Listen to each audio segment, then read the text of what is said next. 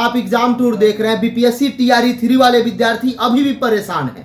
बहुत सारे विद्यार्थी ये सोच रहे हैं कि सच में अब क्या ऐड किया जाएगा या बराबर 87,700 पद पर ही रिजल्ट दिया जाएगा। सभी बात करेंगे। मेरे साथ नवीन सर हैं। और एक बात बता दें, बहुत सारे विद्यार्थी ये सोच रहे हैं कि क्या टीआरई 4 आएगा या नहीं आएगा, एस्टेट का रिजल्ट कब तक आ सकता है, इस पर भी बातचीत करेंगे। ये क्या समस्या चल रहा है कि कभी वैकेंसी ऐड कर दिया जा रहा है, कभी घटा दिया जा रहा है, क्यों घट गया, क्या वह सही में 17 जिला या 12 जिला जो बताया जा रहा है वह गलती किए हैं या ओवरलैपिंग करके भेजे, एक एक बात करेंगे। सर आपका स्वागत है एग्जाम। जी बहुत बहुत धन्यवाद। सर पहले वैकेंसी जितना थी, आप उस दिन वीडियो बनाए, फर्स्ट दिन जैसे पेपर में दिया हम लोग वीडियो बनाए, आवाज उठाए, उसके बाद सही से देखा गया और फिर बताया जा रहा है, वापस कर दिया गया, फिर मिलान किया जा रहा है। लगभग 3-4 दिन से ये प्रोसेस चल रहा है। ये सब समझिए कि एक तरीके से साजिश ही चल रहा है, छात्रों को परेशान करने की, छात्रों को बरगलाने की।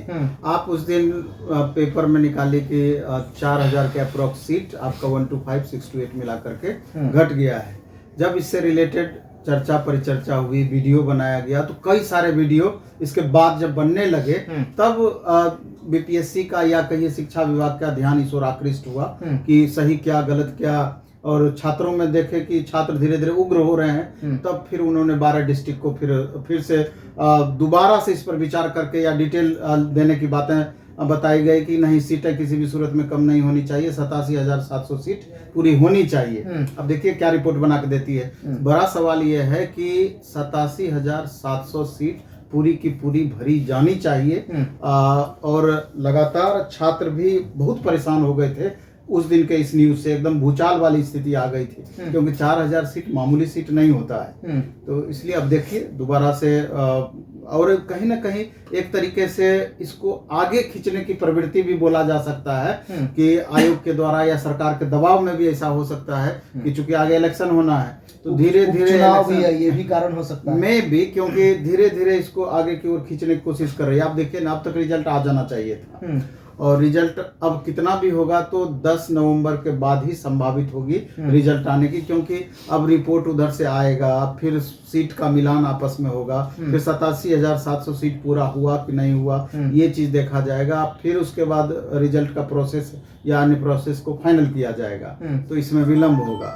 तो सर एक प्रश्न विद्यार्थी के मन में, चूंकि आपको याद होगा जब टीआरई 1 आया था उस समय भी आवेदन विद्यार्थी किए थे जो सीटेट जस्ट पास हुए थे, वो लोग आवेदन किए थे। उस समय क्या भरे, तो एनए करके भरे, अपेयरिंग को मौका भी मिला था। उसके बाद हर बार एनए करके जब तक अतुल सर थे भरवा दिए थे। इस बार विद्यार्थी आवेदन किए, रिजल्ट बीच में आया क्योंकि उस समय तक मार्कशीट था नहीं। इस बार कोई एनए करके भर दिए, कोई कुछ नंबर डाल दिए, कोई उसमें जो मन में आया भर दिया। उनका क्या होगा सर? नहीं, यहाँ पर पूरी तरीके से आयोग की गलती है, क्योंकि आप जो टीआरई 1 में करवाए प्रोसेस, जो आपने टीआरई 2 के वक्त प्रोसेस करवाया, तो स्वाभाविक है कि परिस्थितियां उसी तरह की थी। तो जब उसी तरह की परिस्थितियां थी तो विद्यार्थी एनए करके भरे और कुछ दूसरा भी चीज भरे।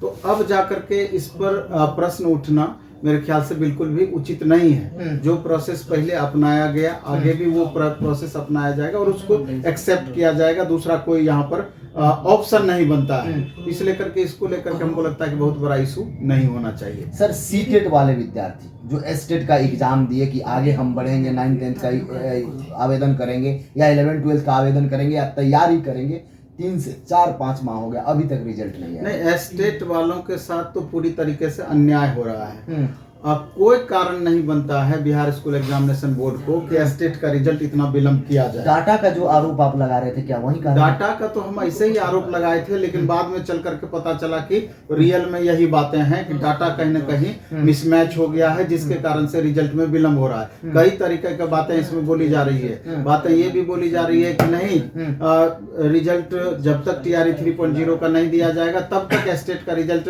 नहीं आएगा, क्योंकि कहीं ना कहीं छात्रों में आक्रोश की भावना ना भर जाए, इस कारण से भी विलंब हो रहा है। लेकिन इसमें पिसा रहे अंतिम रूप से छात्र ही, जो एस्टेट के एग्जामिनी है वही पिसा रहे। आज रिजल्ट दे दिया जाता तो फ्री स्टाइल में वो टीआरई 4.0 का तैयारी करते। अब जो कि एकदम नजदीक जिनका मार्क्स बन रहा है, चूंकि परसेंटाइल वाली बातें चल रही है, तो इनको लगता है कि कहीं नॉर्मलाइजेशन विद परसेंटाइल वाले मामले में कहीं हमारा 1-2 नंबर कम ना हो जाए। बहुत सारे छात्र इस बात से आहत हैं। तो मामला यहाँ है, अब देखना है कि आयोग क्या सोच इसमें रखती है बिहार स्कूल एग्जामिनेशन बोर्ड, कब तक रिजल्ट देती है। तो अब जिस हिसाब से दिख रहा है, लग रहा है कि पूरी तरीके से TRE 3 के बाद ही स्टेट का रिजल्ट आएगा। लेकिन हम छात्रों को कहना चाहते हैं कि इसको लेके बहुत परेशान होने की बातें नहीं है। जिस तरह के क्वेश्चंस पूछे गए जो और जिस हिसाब से स्टेट में रिजल्ट आता है, सीटेट वाली बात नहीं है। सीटेट का रिजल्ट इतना पुअर होता है, स्टेट में जनरली देखा गया है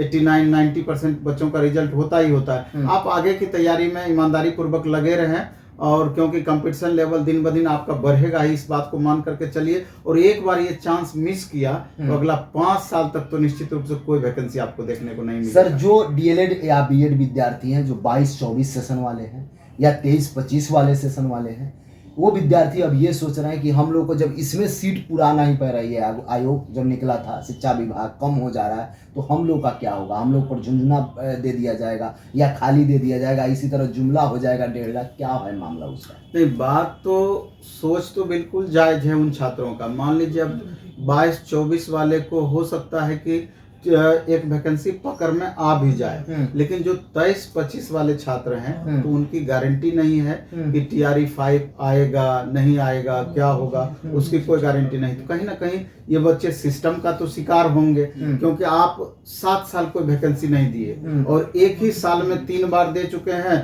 चौथे की तैयारी कर रहे हैं और 5वें की भी आशा है कि इलेक्शन से पहले हम उसको भी निकाल देंगे।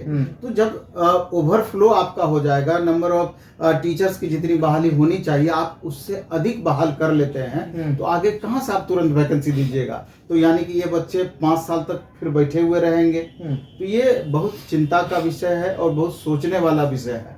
सर, बड़ी संख्या में आवेदक वैसे हैं जो पहले से शिक्षक हैं, खुद कोई 1 to 5 में है या कोई 6 to 8 में है या कोई 9-10 में है या कोई 11-12 में है। वैसे लोग भी आवेदन इसमें किए हैं, क्योंकि उस समय ट्रांसफर पोस्टिंग का कोई बात नहीं था। जो BPSC TRE 1 हो या TRE 2 हो, वो अपने सेम कक्षा में आवेदन किए हैं, सेम विषय के लिए आवेदन किए हैं और केवल जिला मिल जाए इसके लिए आवेदन किए हैं। और आप भी जानते हैं TRE 1 हो या TRE 2 में टोटल पर रिजल्ट दिया नहीं गया, अगर फिर उन लोगों को भी शामिल कर लिया जाता है तो फिर तो केवल रिपीट वाला खेल हो जाएगा। नहीं, यहाँ तो 2 तरह की बातें हो गई। एक तो वैसे शिक्षक को फॉर्म भरना नहीं चाहिए था, क्योंकि पहले से संभावना लगाई जा रही थी कि आगे चल करके सरकार कुछ वैसे नियम बनाएगी जिससे ट्रांसफर पोस्टिंग थोड़ा आसान हो पाएगा, परिस्थिति जन्य। लेकिन फिर भी जब अगर फॉर्म भर दिए, स्वाभाविक है कि उनका परफॉर्मेंस भी अच्छा है और रिजल्ट भी हो सकता है उनका।